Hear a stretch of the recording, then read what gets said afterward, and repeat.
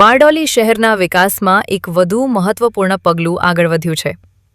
બારડોલી અસ્તાનને જોડતો નગરનો સૌપ્રથમ railway overbridge હવે તૈયારીની અંતિમ ઘડીએ છે.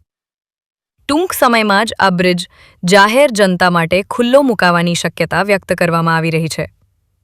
બારડોલીમાં નવનિર્મિત રેલવે ઓવરબ્રિજનું કામ હવે પૂર્ણતાના આરે પહોંચી ગયું છે. બ્રિજ પર લાઇટિંગ પોલનું ટેસ્ટિંગ પણ સફળતાપૂર્વક કરવામાં આવ્યું છે, જેના કારણે સ્ટ્રીટ લાઇટની રોશનીમાં બ્રિજ ઝળહળતો નજરે પડે છે. આ ઓવરબ્રિજ શરૂ થતાં અસ્તાન, કડોદ, માંડવી સહિત આસપાસના ગામોમાં આવન-જાવન ઘણી સરળ બનશે. અત્યાર સુધી લોકોને લાંબો ચકરાવો કાપવો પડતો હતો, પરંતુ હવે આ સમસ્યાનો અંત આવશે. વર્ષોથી રાહ જોતા લોકો માટે આ બ્રિજ મોટી રાહત સાબિત થશે અને ટ્રાફિક સમસ્યામાં પણ નોંધપાત્ર ઘટાડો થશે. AB48 ન્યૂઝ ગુજરાત સાથે પ્રશાંત પટેલ, બારડોલી.